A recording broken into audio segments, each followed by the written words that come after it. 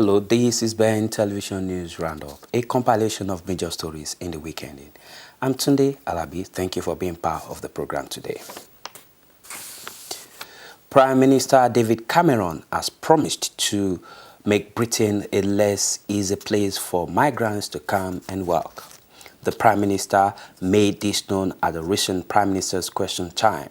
While condemning the chaos at Calais, he said Britain has committed £12 million to securing Calais against illegal migrants. Mr. Speaker, we've all seen the chaotic scenes at Calais, where British travellers and lorry drivers are facing harassment and intimidation as 3,000 migrants try to get illegally into the UK. The French should be assessing them as soon as they get to Calais to decide whether they're genuine refugees or whether they're migrant workers who should be removed. How confident is the Prime Minister that the French are going to start taking effective action? What's he doing to put pressure on them? And will he be raising it at the EU Council this weekend? Prime Minister. Well, first of all, can I thank the Right Honourable Lady for what she says about Forces families? She's absolutely right. And this Saturday, when many of us will be attending Armed Forces Days celebrations and commemorations, it's a moment to talk to those families and thank them for what they do when they're missing their loved ones. She quite rightly asked about Calais. It is totally unacceptable scenes that we've all been witnessing for the last day. Of course, there was a key role played in this by the strike that took place in France. She asked specifically about what should be done, and let me answer very clearly. Of course, we want to see migrants better documented and fingerprinted, but frankly, a lot of that needs to happen in Italy, where they land, rather than in France. The three things we must act on is, first of all, better security at Calais, working with the French. We've already invested £12 million. I'm happy for us to do more if that is necessary. We've got to work with European partners to stop this problem at source, to break the link between getting in a boat and getting settlement in Europe. And thirdly, we've got to do more to make sure that Britain is a less easy place for illegal migrants to come to and work in, and that's what our immigration bill is all about. Harriet Harman. He's right that this problem is the responsibility of the Italian authorities and the French authorities, but as he acknowledged, is also an issue about the security of our border at Calais. Can he say a bit more about what steps he's taken to strengthen security at the UK border in Calais? Prime Minister. Well, the Honourable Lady is absolutely right. The juxtaposed border controls on the French side are a good thing for our country, and we should be prepared to invest in them. That's what the £12 million has been about. But in talks with the Home Secretary this morning, we've been looking at whether we can put more personnel and indeed sniffer dog teams on that side of the channel to make a difference. And there's also more work being done in terms of installing fencing, not just around the port at Calais, but also around the Eurostar and Eurotunnel entrance. All these things can make a difference, and we should work with the French very closely. There's no point either side trying to point the finger of blame at each other. This is a strong partnership that we have in place, and we should keep it that way. The Labour leader Harriet Harman has condemned the government policy to cut tax credits, describing it as an attack on working people. The Prime Minister said in his speech on Monday, there's nothing progressive about robbing from our children. But isn't it inevitable that cuts in tax credits for working families, unless employers raise their wages immediately, mean children will be worse off? Well, first of all, what I said in my speech about robbing from our children was the importance of getting our deficit down and not asking them to pay debts that we weren't prepared to deal with ourselves. Now, what we need to do is make sure we go on with a plan that's seeing 2.2 million more people in work. And crucially for children, compared with when I became Prime Minister, there are 390,000 fewer children in households where no one works. My programme for tackling poverty is to get more people in work, get them better paid, and cut their taxes. Harriet Harman. Well, I'm asking about robbing from children who are in families who are facing tax credit cuts. The IFS have said that cutting £5 billion from tax credits would mean working families losing, on average, £1,400 a year. Now, I know he doesn't have to budget, but many families do. Well, it's the truth. It's the truth. No, it's the truth. It's the truth. Think about if Honourable members would just for a moment think about a lone parent working part-time. To compensate her for that loss of £1,400 a year, the minimum wage would have to go up overnight by 25%. That's not going to happen, is it? Prime Minister. The problem with what the Honourable Lady says is the last government didn't budget for the country. That is when she asked...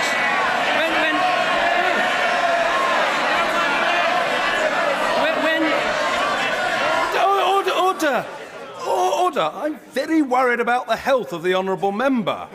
For Hornsey and Wood Green, she must calm herself at a very early stage in the proceedings. A period of calm must descend upon the House. The Prime Minister. Because the last government didn't budget for the country, as a result, the whole country was plunged into poverty, which is what we've been dealing with. Now, let me explain what we're going to do. For those who are out of work, we want to get them a job and a well-paid job. That's the best route out of poverty. For those in work, we want to see higher rates of pay, lower taxes. Our programme is simple. Let's have an economy with higher pay, lower taxes and lower welfare. What she seems to want is the current failure of low pay, high taxes and high welfare. That's what we need to move on from. But you see, Mr. Speaker, you don't get higher pay by cutting tax credits. He seems to be saying that low-income families won't lose out because somehow on the day that he cuts tax credits, every employer in the country will rush to immediately put up pay.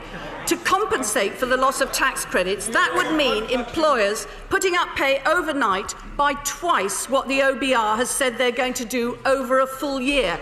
That's not going to happen, is it? We are seeing rates of pay in our economy go up because we've got a strong and successful economy because of the decisions that we took.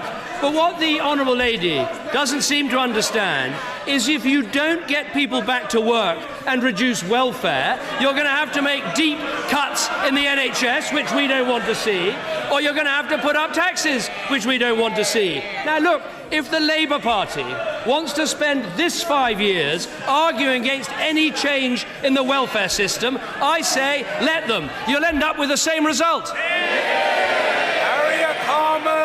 What he doesn't seem to understand is that these are people who are in work, who are going out to work, providing for themselves and their children. The truth is, the Prime Minister is going to cut tax credits. He's not going to make up for that loss by putting up the minimum wage overnight.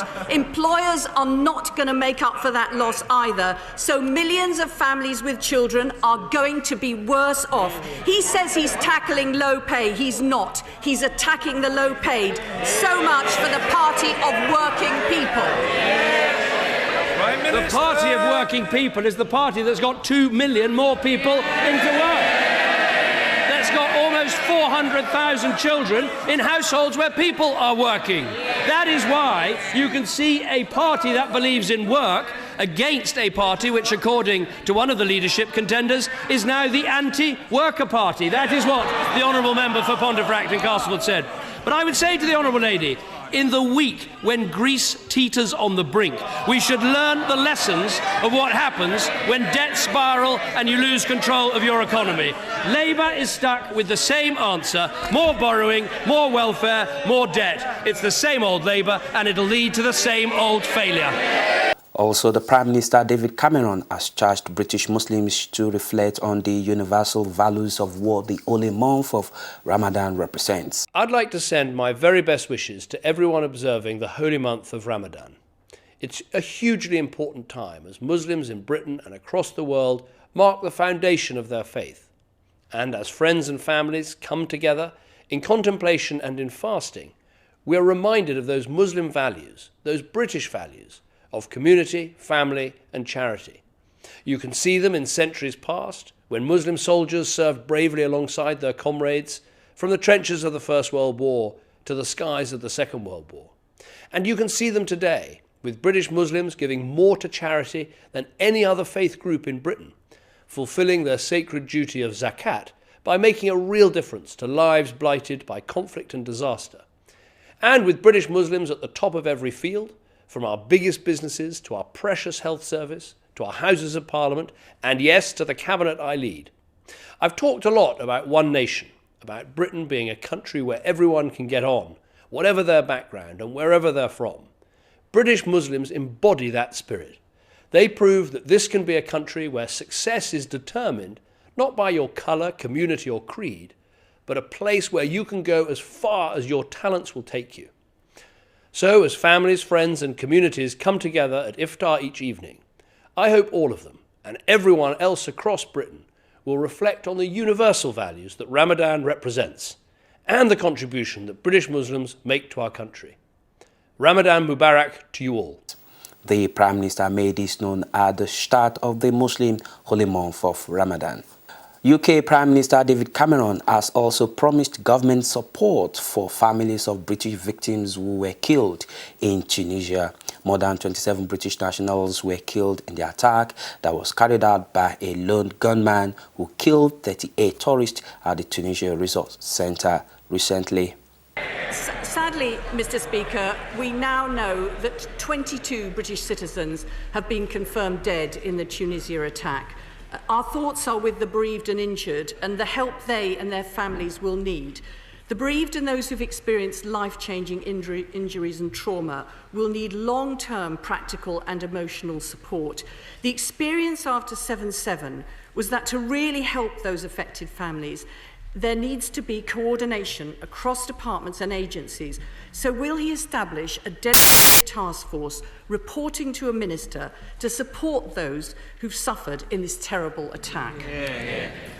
Well, yes, I can give the Right Honourable Lady that assurance. Let me update the House, because I'm sad to say that the confirmed number of British citizens killed in this appalling attack is now 27, and as we've said, we do expect it to rise still further. Today we're repatriating 8 bodies from Tunisia on an RAF C-17 plane. That plane is now in the air and it will land at RAF Brize Norton this afternoon. Every family of a victim now has a dedicated Foreign Office liaison officer, but I can confirm what she asked, and I've asked the Cabinet Secretary for advice on creating a ministerial committee to ensure that work is properly coordinated right across government to provide all the support that the victims of this appalling attack deserve, and also to make sure that as a nation we mark and commemorate this event appropriately. Harriet Harman. Well, I think that's a really important step that he's taken, and we fully support it and thank those who are going to be working in that respect. Reports in the last few days suggest that it wasn't just a lone gunman, but an organised cell.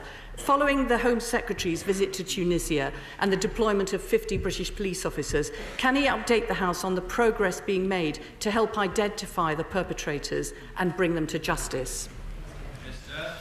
Well, on this specific issue, there's still a lot of work to be done to identify all of the circumstances of this appalling attack and the support that this gunman received. As we get that information, as we can confirm that information, I will make sure the House is regularly updated. In terms of the discussions between my right honourable friend, the Home Secretary, and the Tunisians, I can confirm that they went ahead and were successful. This is looking, as I said previously, at everything from the protective security in hotels and resorts all the way through to intelligence cooperation at the highest levels between Britain and Tunisia, so we can help with their capacity to combat appalling events like this. It is going to need a lot of long-term work between our two countries, but we also have the French and the Germans and the Americans also willing to help, and we need to coordinate between ourselves how best to support this country on its road to democracy. Also in the United States, U.S. President Barack Obama has hailed the Supreme Court judgment on same-sex marriage across the U.S. The ruling brings to an end more than a decade of bitter legal battles over same-sex marriage in the United States. Our nation was founded on a bedrock principle that we are all created equal.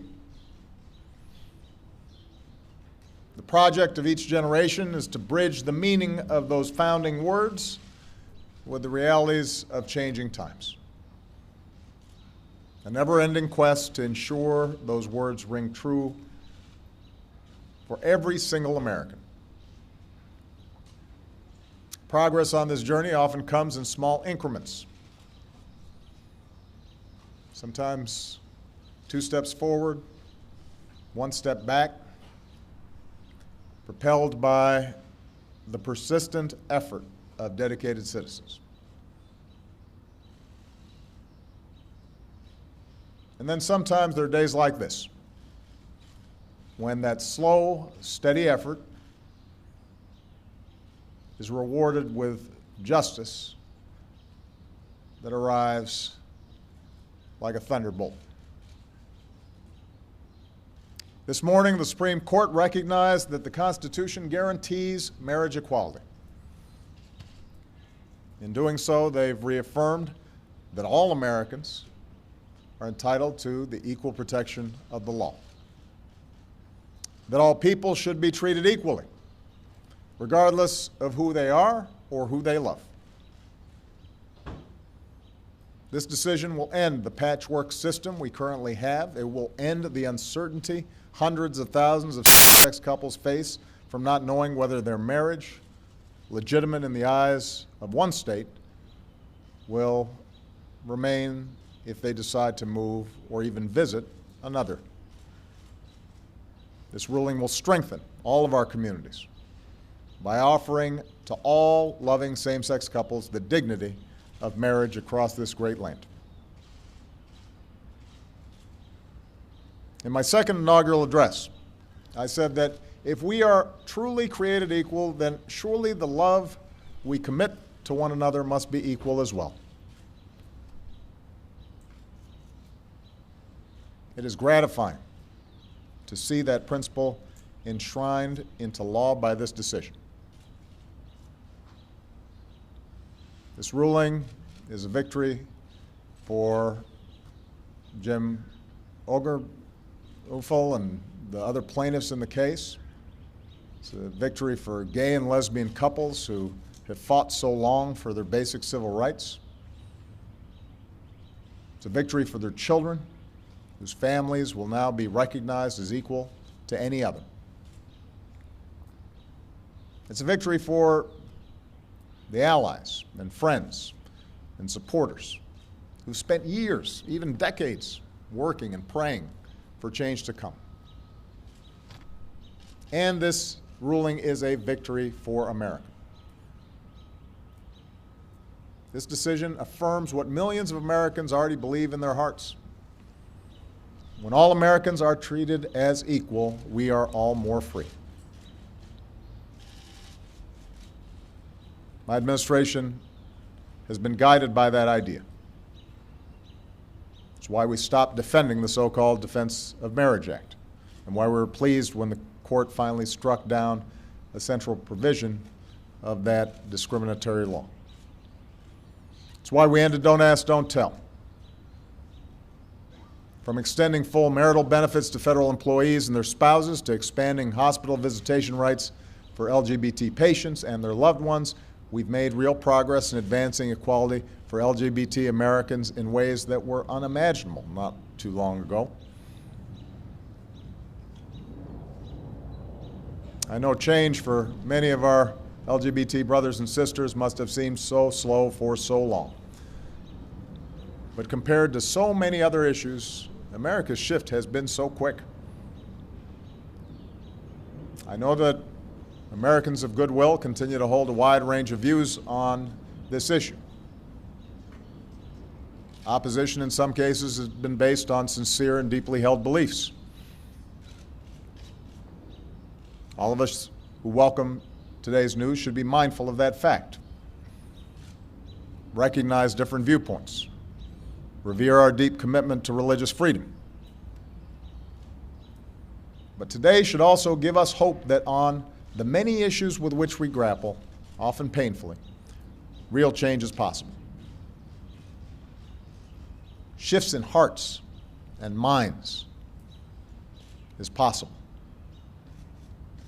And those who have come so far on their journey to equality have a responsibility to reach back and help others join them. Because for all our differences, we are one people, stronger together than we could ever be alone. That's always been our story. We are big and vast and diverse, a nation of people with different backgrounds and beliefs, different experiences and stories, but bound by our shared ideal that no matter who you are or what you look like, how you started off, or how who you love. America's a place where you can write your own destiny. We are a people who believe that every single child is entitled to life and liberty and the pursuit of happiness. To Africa and Nigeria now, Nigerians are sharply divided over the pace of policy direction of Nigeria President Muhammadu Buhari. Speaking at Ben TV Current Affairs program, News Punch, two UK-based Nigerian journalists expressly disagreed over the president's slow start of his campaign promises implementation. When you've communicated to the entire world that is what we are going to do on assumption of office, and 30 days and almost 3 months after, because immediately Buhari was elected and Jonathan said, "Congratulations, Your Excellency, you are welcome to the State House." And from that moment, strategy must start as to, okay, who becomes what? Which strategy are we going to take? Are we going to do on NNPC, on ministries? Where are the failures of PDP government? Where are we going to? I mean, that takes within 2 weeks. Even Buhari came here a week to the inauguration day. One would have thought that he was here with his team of planners, putting together the strategy to govern Nigeria. But almost 3 months after, nothing is happening. So it goes to show that the marriage of convenience between CPC, AMPP, APGA, and ACN, they are just married. The marriage is so late to host Jonathan, not to move Nigeria forward. This was a man who came to power. He contested on his own personal capacity of being incorruptible. That was his selling point. Yes. You know, Buhari didn't say he was an economic genius. All he was, the track record he had during his military career as former military officer was that he was incorruptible.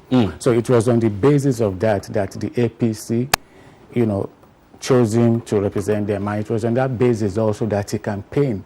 So he brought out these anti-corruption credentials, and that he was going to tackle Boko Haram. Okay. And then so far, you know, he hit the ground running by relocating the defense headquarters to near where the Boko Haram insurgent was. So on that, you know, he has ticked that box. You know, and on the other side, you know, he didn't set a target to say, okay, all right, this is what I'm going. He didn't have a timetable for the other things. And he came to tackle corruption. He came to tackle Boko Haram. And with that story on Nigeria, we conclude News Roundup for this week. I'm Tunde Alabi, and thank you for being part of it. I'll see you again next week. Do have a very good and beautiful weekend. Bye. Are you planning a trip to Lagos anytime soon? Then make it a date with us at Dreamland Luxury Suites. Dreamland Luxury Suites is an icon in the city of Lagos, offering luxury at its most resplendent. Our executive rooms are fitted with classic Italian sofa seats, providing a truly comfortable stay away from home. We are located just 10 minutes away from the International Airport in Lagos. Our facility is a perfect match to accommodate visitors. Enjoy the best of African and continental dishes. Experience fullness of hospitality like never before in an atmosphere of imperial splendor at affordable rate. Dreamland Luxury Suites. Luxury with comfort and privacy is our promise. I say and do.